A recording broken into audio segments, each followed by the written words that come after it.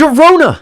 2 weeks ago, I made a video ranking every Deltarune chapter from worst to best. And there was a lot of discussion about it in the comments of that video. I wanted to discuss those opinions and your own ranking to see how wrong you all are. Of course, I jest, everyone has their own opinion, but some are wrong. This is sort of a follow-up to that video, so if you haven't seen the original, go check it out. Alright, let's begin. Chapter 3 actually has some character development and story, like Susie coming to terms with her Darkner friends not being real, and Rousey gets development as well, with starting to develop his personality.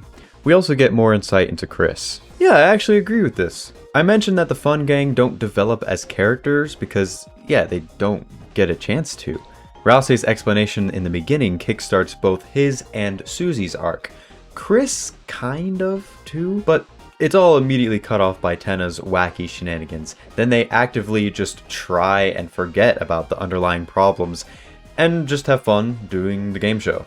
There are moments in between the chaos that serve as intimate interactions to progress their arc. Susie gets a nice moment with Tenna at the end that's really sweet, but then the chapter just ends so abruptly, and we don't really have much closure until chapter 4, where it focuses way more on those themes. I love you, Flowery, I love you, I hate the Roaring Knight, I hate them so much. Obviously, everyone has their own opinion, but I would like to point out how you say that chapter 1, Jazz, a lot of dialogue, you skip on replays, and you don't recognize the same issue for chapters 2 and 4. So chapter 2 does this thing a lot where you're playing the game while characters are talking over it. Sure, there's a lot of automated scenes, like you mentioned, but you're in control most of the time, so the dialogue flows a little better and doesn't feel like too much talking. And even so, I would argue chapter 2 is the funniest, and each conversation is so engaging and funny and intentional to defining the character traits, of Birdly, of Noelle, Rousey, and the Acid Tunnel of Love, and Queen. I didn't even mention just like every line from Queen is absolute comedy gold. I just can't get enough of how she talks. You could argue that the surprise factor isn't there on replays, and I get that, but with so many jokes and gags, I keep discovering more and more on each playthrough. Like, I had no idea there's this big ass toilet blocking the way here until my third replay. It's good stuff. Preach. Thanks. Bro doesn't know how Dark Worlds work.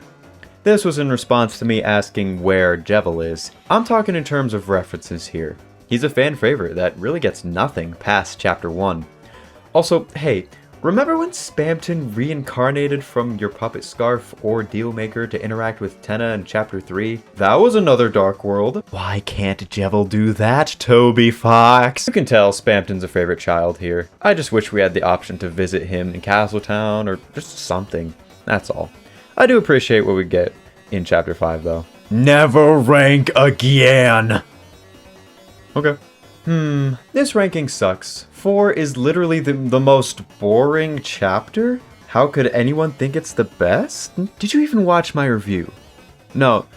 Did you even play the game? You didn't even provide a reason why it's boring. That's like saying A Moon-Shaped Pool by Radiohead is boring because it doesn't have enough hard rock bangers on it, but it's got the band's most ambient, thought-provoking, deeply meaningful tracks. You can't always have Creep, dude. Stop listening to Creep.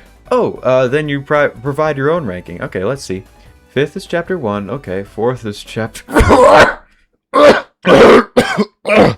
Sorry, I'm choking on Five Guys right now. 3rd is chapter 2, 2nd is chapter 3, and 1st is chapter 5. Alright man, sure. I hate to say it, but I feel like people are glazing chapter 5 right now because of its recency bias. It's fantastic, it's amazing, don't get me wrong. But it just came out and it's just on everyone's mind, so people are loving it. But I don't know if it's going to be this revered in the future when it truly sits in everyone's minds for a while. I don't know. Your profile pic looks like Flowery. This is me in animated form. Now let's see what Flowery looks like. Oh. Tobias Fox, you will be hearing from my lawyer very soon. This is the reverse of my tier list, except chapter 3 is number 1 and 1 is 2. Chapter 4 makes me shweepy. From worst to best, chapter 5, chapter 2, chapter 1, chapter 3, and chapter 4. Dang, chapter 2 and even chapter 5 are pretty low, but Hey, I respect it. Am I the only one who thinks Chapter 3 is underrated and Chapter 4 is underrated? I don't know, I just enjoyed Chapter 3 so much. Something about it. I might as well give my own opinion. 5. Chapter 1. Yeah, agreed. 4. Chapter 2. I know, huge hot take here, but every other chapter is just so amazing in my opinion. I have to put this amazing chapter here. I love Spamton, I love Queen. I love this chapter, but I simply love the other chapters more. I do think Chapter 2 is the funniest, but not the best. Yeah, exactly. I mean, they're all amazing, and it's really hard to make definitive rankings. And I get that, even if this Chapter 2 placement is pretty low for me. 3. Chapter 4. Again, another huge hot take, but I feel the chapter just kind of boring. I didn't have much fun with it until the end. The story is the best here, though, with the most development. Amazing chapter, best story-focused chapter, but lacking in gameplay. I just didn't like it. I don't know what you guys are talking about. There's a ton of gameplay here. The puzzles, the battles, the climbing, all the secrets. It's not the hyperactive amount of gameplay like the copious minigames in Chapter 3 and Chapter 5's 2D platforming, because the story carries it, and with how dramatic and ambitious it is, people still say it's boring? That boggles my mind. I don't understand it. 2 is Chapter 5. I know some didn't like this chapter, but I really liked this chapter. It was so unique and fun to play. Second funniest chapter in my opinion. As much as I hated Flowery in the beginning, the end made me tear up a bit, and Ralsei finally breaking and getting pissed off was great. Yeah, that's fair. I agree with that. 1 is Chapter 3. Probably the hottest take. I love Chapter 3, I don't care, it's so fun to play. Tenna, the knight, the art, and design in this chapter was a huge upgrade from Chapter 2. The soundtrack, TV time, and Black Knife are still in my playlist. The story might not have advanced too much in this chapter, but the chapter was so fun to play I didn't even care. This chapter is the funniest chapter in my opinion, and I replay it all the time. Even though you said Chapter 2 is funniest, but okay. Tenna and the Knight, yes, that Knight, I just like them, are two of my favorite characters, alongside a few others. This chapter is goated. I can't be convinced otherwise. I mean, hey, very fair. I genuinely like this ranking, even if it's far from my own. Plus, you gave an explanation, so hey, thanks for that. Chapter 1 and 3 in 5 and 4. Yeah, that makes sense. Chapter 5 and 3. Well, ain't that something. Still W. Thank you. Thank you. This video is so brown. So in the video, I wore a shirt with the band Ween's logo on it, and some people noticed it. Brown is like an aesthetic associated with the band. Listen to Ween. Okay, one last thing I need to cover here. People don't like my disappointment of Chapter 5, Pink, Secret Boss. And yeah, I was expecting that. I will stand on the hill of, in terms of aura, she doesn't stack against the other secret bosses, and I personally find her kind of annoying. This comment agrees with me. Although, yeah, she is slowly growing on me, and her fight is so fun and replayable, and probably a top 5 in the game. This particular comment stuck out to me though. One of the biggest disappointments that I think people are sort of making up is MewMew. I think it comes from the misunderstanding that secret boss equals shadow crystal boss.